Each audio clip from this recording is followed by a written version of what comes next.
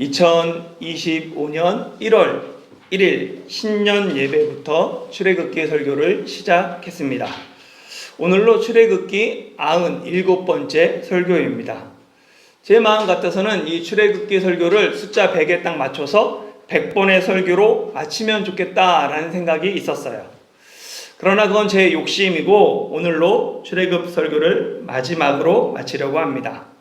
한번 전체 출애굽기의 구조를 간단하게 보면 구원, 언약, 임재의 구조로 되어 있습니다.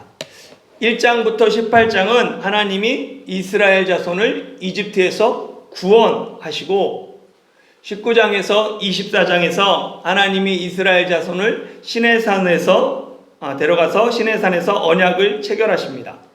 그리고 25장부터 40장은 하나님이 성막을 통해 백성 가운데 거하시는, 임재하시고 이제 동행하시는 그런 구조예요.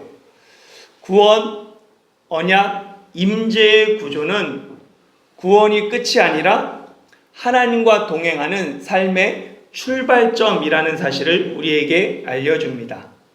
내가 구원받았다는 것은 이제 내가 하나님과 새롭게 동행을 시작한다는 의미입니다. 그런 의미에서 출애굽 설교 다음으로 그럼 하나님과 어떻게 동행해야 하는가라는 것을 다루는 레위기를 설교해야 합니다. 그러나 구약 성경을 연속해서 계속해서 설교하다 보면 신앙의 균형을 좀 깨질 수가 있어요. 그래서 신약 성경을 설교할 필요성이 있습니다. 성탄 예배 후 새롭게 그래서 신약 성경 마가복음을 시작하려고 기도 중입니다. 저 개인적으로는 기회가 되면 레위기 설교를 하면 좋겠다라는 마음은 지금도 있습니다. 한번 간단하게 출애굽 구조가 구원, 언약, 임재의 구조, 이 구조인데 이를 목회자 성경연구원의 박성호 목사님은 출애굽기 3장 7절에서 8절의 7단어를 가지고 5단계로 나눕니다. 같이 한번 7절, 8절 읽어볼까요? 시작. 여호와께서 이르시되 내가 애굽에 있는 내 백성의 고통을 분명히 보고 그들이 감독자로 말미암아 부르짖음을 듣고 그 근심을 알고 내가 내려가서 그들을 애굽인의 손에서 건져내고 그들을 그 땅에서 인도하여 아름답고 광대한 땅, 젖과 꿀이 흐르는 땅, 곧 가나안 족속, 헷 족속, 아모리 족속, 브리스 족속, 히위 족속, 여부스 족속의 지방에 데려가려 하노라. 아멘. 여기에 보면 7 동사가 있는데 보고, 듣고, 알고가 하나입니다. 그래서 출애굽기 1장, 2장에 보면 하나님이 택하신 백성의 고통을 보았어요. 그들이 하나님께 살려주세요, 도와주세요 부르짖는 그들의 그 부르짖음을 하나님이 듣습니다. 그리고 그들의 근심과 절망과 상황과 고통을 아시죠. 이게 첫 번째입니다. 두 번째는 내려가서입니다. 3장부터 11장 하나님이 그 고난의 현장에 내려오세요. 그런데 하나님이 직접 내려오지 않으시고 모세를 80년 동안 훈련하셔서 이스라엘을 구원하는 하나님의 대행자로 모세를 보내십니다. 모세가 준비돼서 애굽 땅에 와서 기적을 행하는 그 모든 것이 하나님의 대행자로서 하는 것입니다. 세 번째는 건져내고입니다. 여기는 12장 6월절 사건이죠. 하나님이 건져내셔서 구원하는데 어떻게 구원하시냐면 어린 양의 피를 통해서 구원한다라는 것이 세 번째 단계입니다. 네 번째는 인도하여입니다. 13장부터 24장으로 출애굽한 이스라엘 백성이 홍해를 건너고 광야를 통과해서 시내산에 이르는 그 인도하심입니다. 광야는 이스라엘 자손을 훈련하는 장소죠. 이스라엘 자손이 광야 훈련을 통하여서 경험하는 하나님, 만나는 하나님이 있습니다. 수르 광야에서 마라의 쓴물을 만났을 때 이스라엘 자손은 치료하는 하나님을 경험합니다. 내 기대가 무너지고 내가 원하는 대로 일이 진행되지 않고 일이 꼬이기만 할 때 그들은 다시 십자가를 삶에 적용함을 배웁니다. 신광야에서 양식이 떨어졌을 때는 하늘로부터 양식을 공급하는 하나님을 만납니다. 느비딘 광야에서 목이 마를 때는 생수에서 반석을 내시는 하나님을 만나죠. 대적 아말렉을 만날 때는 기도하는 동역자들과 함께 승리하게 하시는 하나님을 만납니다. 지도자 모세의 한계가 드러날 때는 공동체를 세우게 하시는 하나님을 만납니다. 구원받았다고 파라오의 손에서 해방되었다고 바로 가나안 땅으로 들어가는 것이 아닙니다. 가나안 땅에 들어가기 위해서는 누구나 광야를 지나야 합니다. 광야에서만 만나는 하나님이 계시기 때문이죠. 다섯 번째는 데려가려 하노라입니다. 25장부터 40장으로 하나님이 이스라엘 자손을 성막으로 데려가는 내용입니다. 출애굽기는 성막 건립을 완공하고 그 건립된 성막에 여호와의 영광이 충만하게 임하면서 끝이 납니다. 이 데려가려 하노라 여기에 해당하는 25장부터 40장은 세 부분으로 되어 있어요. 첫 번째는 25장부터 30장으로 성막을 건립하라 라는 하나님의 명령입니다.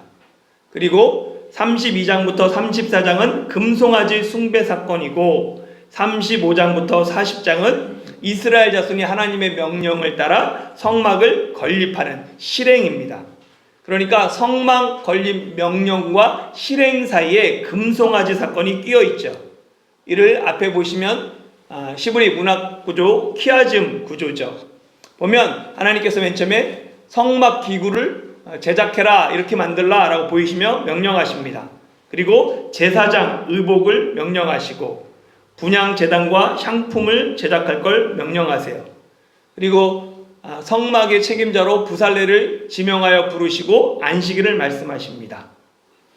금송아지 사건이 가운데 껴있고 이게 반대로 그대로 이루어져요. 안식일부터 이제 시내산에서 내려온 모세가 백성에게 하나님의 말씀을 전하는데 안식일에 대해서 가장 먼저 이야기하고 부살레를 지명하여 부릅니다. 분향제단과 향품 제작을 실제로 만들고 제사장 의복을 만들고 성막 기구를 제작하면서 완공이 됩니다. 그러니까 25장부터 31장까지 성막을 제작하라는 하나님의 명령이 거의 같은 순서로 동일하게 35장부터 40장까지에 이루어집니다.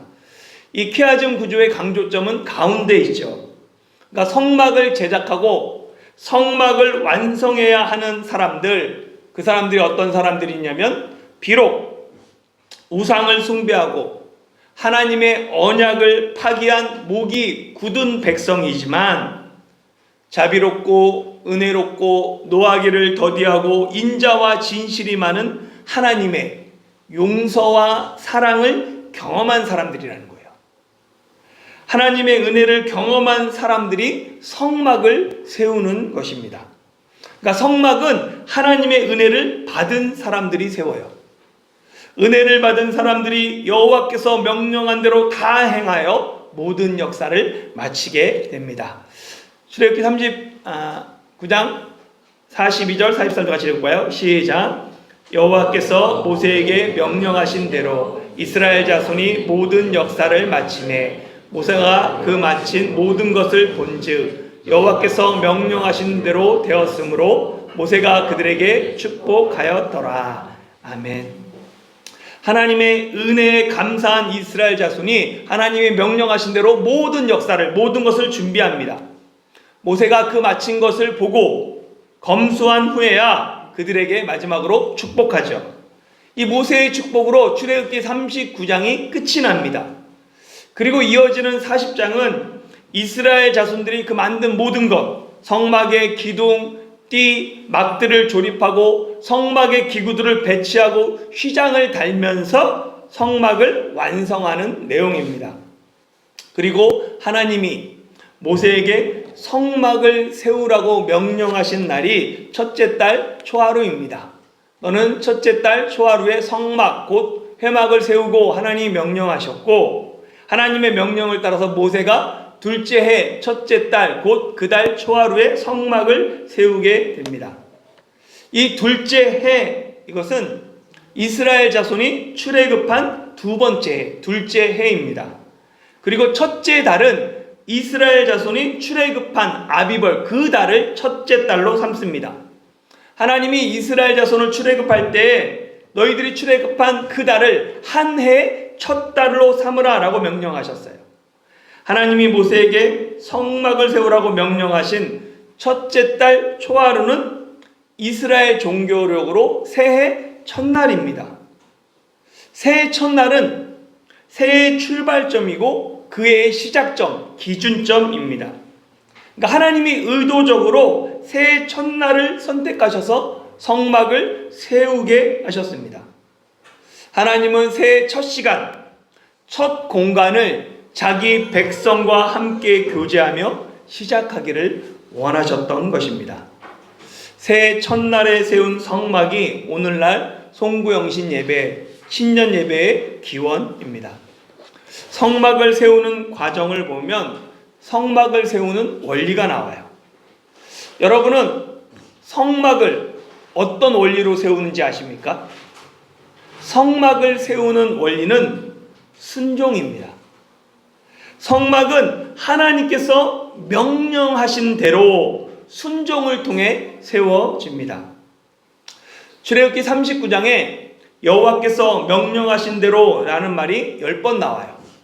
오늘 우리가 읽은 본문에도 여호와께서 모세에게 명령하신 대로 되니라 라는 말이 7번 기록되어 있습니다.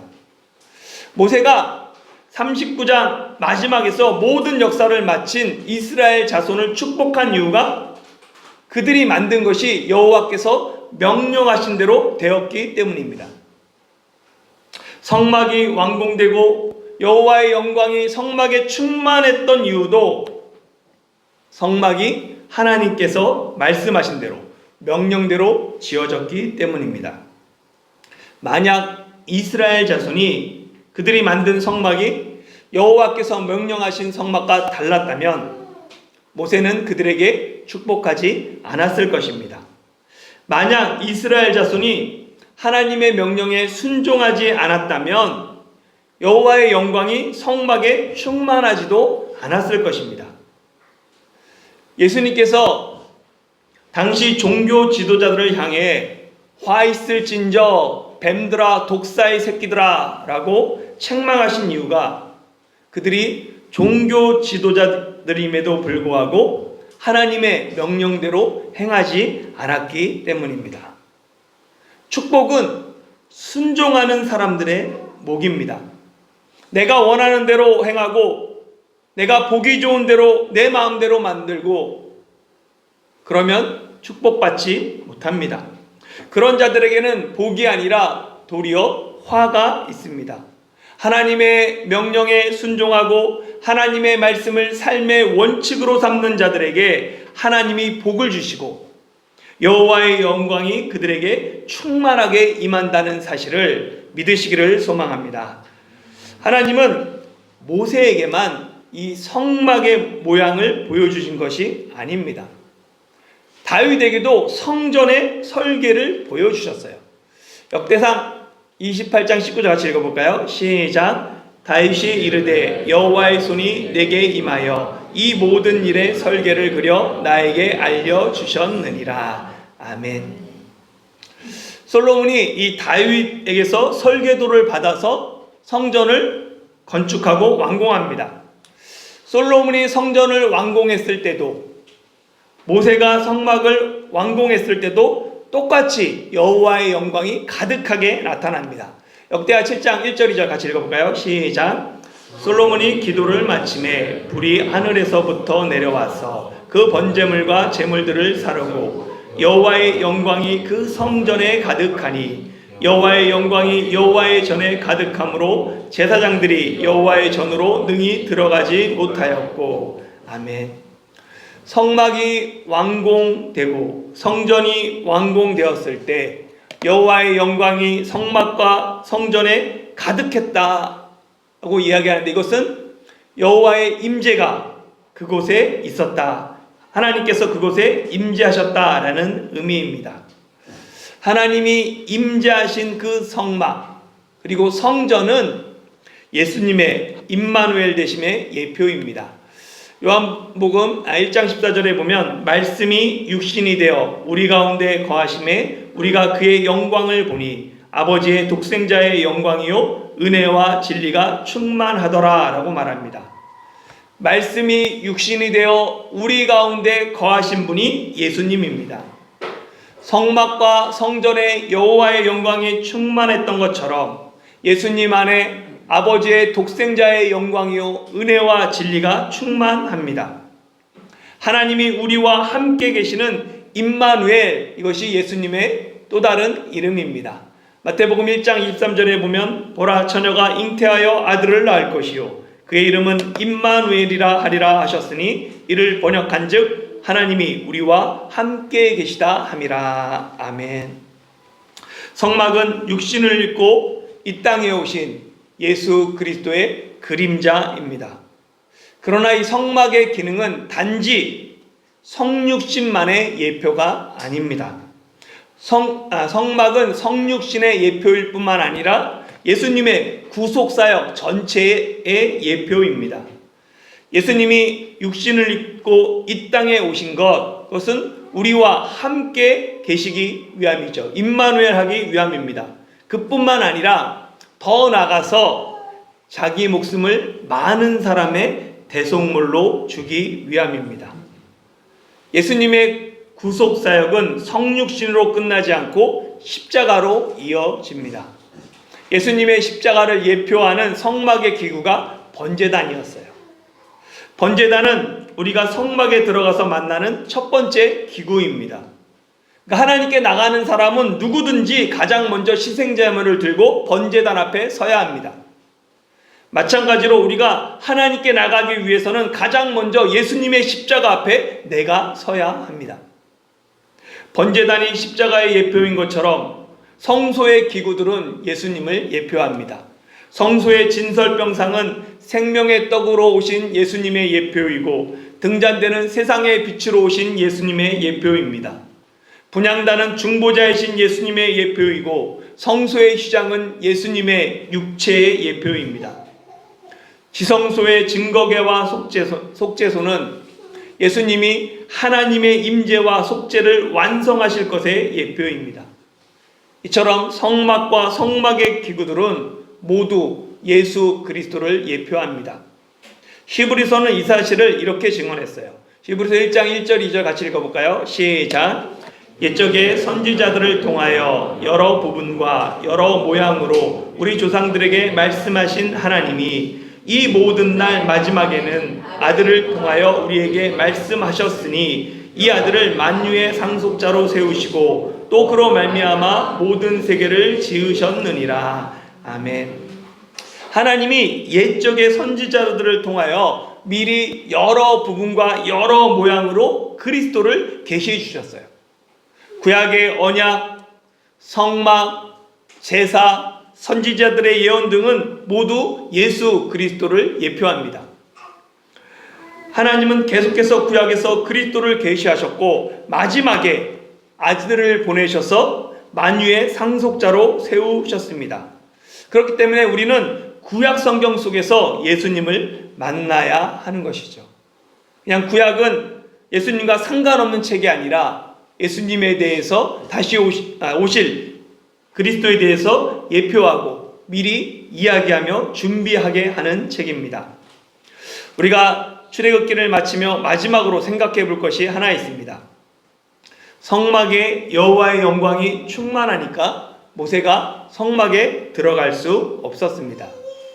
성전에 여호와의 영광이 가득하니까 제사장들이 성전에 능히 들어가지 못했습니다. 모세도 제사장들도 성막과 성전에 여호와의 영광이 충만했기에 들어가지 못하고 밖에 있었습니다. 그런데 오순절 마가 다락방에 있던 120명은 호련히 하늘로부터 성령님이 강림하셨을 때 그들이 앉은 온 집에 성령이 가득했습니다. 그들은 집 밖에 있지 않았어요. 그들은 성령님과 함께 집 안에 있었으며 성령님이 각 사람 위에 하나씩 임하여 있었습니다. 성막과 성전에 충만히 임했던 하나님의 영광이 그들이 모인 집에 충만하게 임했습니다. 그들은 하나님의 영광 밖이 아니라 하나님의 영광 안에 함께 있었습니다. 어떻게 이런 일이 가능할까요? 골로새서 2장 9절 10절은 이렇게 말합니다. 그 안에는 신성의 모든 충만이 육체로 거하시고, 그 안이라는 건 예수 그리스도 안입니다. 너희도 그 안에서 충만하여졌으니 그는 모든 통치자와 권세의 머리시라. 아멘. 예수님이 교회의 머리가 되세요. 몸의 머리십니다. 우리는 그 몸의 지체들이에요. 예수님 안에서 신성의 모든 충만이 예수님의 육체 안에 거합니다. 예수님의 육체의 신성의 모든 충만이 거하기 때문에 지체인, 몸의 지체인 우리도 예수님 안에서 신성의 충만한 것에 참여하게 됩니다. 예수님이 내 안에 계시고 내가 예수님 안에 거하기에 여호와의 영광이 충만한 성전 밖에 내가 있는 것이 아니라 이제 우리가 성전으로 여호와의 영광이 내 안에, 내가 여호와의 영광 안에 충만하게 거하게 됩니다. 예수님을 모시고 성령님을 모신 우리가 하나님이 거하시는 성막이고 하나님의 성전입니다. 고린도전서 3장 16절과 6장 19절 20절 같이 읽어볼까요? 시작. 너희는 너희가 하나님의 성전인 것과 하나님의 성령이 너희 안에 계시는 것을 알지 못하느냐. 아멘. 너희 몸은 너희가 하나님께로부터 받은 바 너희 가운데 계신 성령의 전인 줄을 알지 못하느냐. 너희는 너희 자신의 것이 아니라 값으로 산 것이 되었으니 그런즉 너희 몸으로 하나님께 영광을 돌리라. 아멘. 우리 몸이 성전입니다. 우리 안에 성령 하나님이 계십니다. 우리가 이 사실을 얼마나 쉽게 망각하는지 사도 바울은 알지 못하느냐 라며 책망합니다. 우리의 정체성은 예수님이 자기 피를 주고 값으로 산 하나님의 성전입니다. 그렇게 우리 몸으로 하나님께 영광을 돌려야 합니다. 여호와의 영광이 성막에 충만했던 것처럼 하나님의 영광이 우리 몸을 통해 드러나야 합니다. 사랑하는 성도 여러분, 성막이 귀한 것은 성막의 재료가 귀하고 각종 보석과 금으로 성막을 만들었기 때문이 아닙니다. 성막이 귀한 이유는 그곳에 하나님께서 임재하셨기 때문입니다. 거룩한 성전이란 화려하고 웅장한 겉모습이 아니라 그곳에 하나님이 계시는지 하나님이 안 계시는지로 결정됩니다. 우리가 거룩한 무리를 뜻하는 성도라고 불리는 것도 내가 거룩하거나 훌륭하기 때문이 아니라 내 안에 거룩하신 하나님이 계시기 때문입니다. 낮에는 구름이 성막 위에 있고 밤에는 불이 구름 가운데 있어서 하나님이 이스라엘 자손을 밤낮으로 지키고 보호하셨습니다. 하나님이 우리를 구름 기둥과 불 기둥으로 동일하게 보호하십니다. 믿음의 눈을 들면 어려운 것 같고 광야 한복판에 있는 것 같지만 주님이 함께 계십니다. 자기 백성을 향한 하나님의 보호하심은 영원히 변하지 않습니다. 이제 우리가 할 일은 구름이 성막 위에 떠오르면 주님과 함께 나아가고 구름이 떠오르지 않고 머물러 있으면 그 자리에 주님과 함께 머무르는 것입니다. 나아가고 머무르는 모든 주권을 하나님께 맡기고 오직 순종하는 삶을 통해 여호와의 영광을 드러내는 저와 여러분이 되시기를 예수님의 이름으로 축원합니다.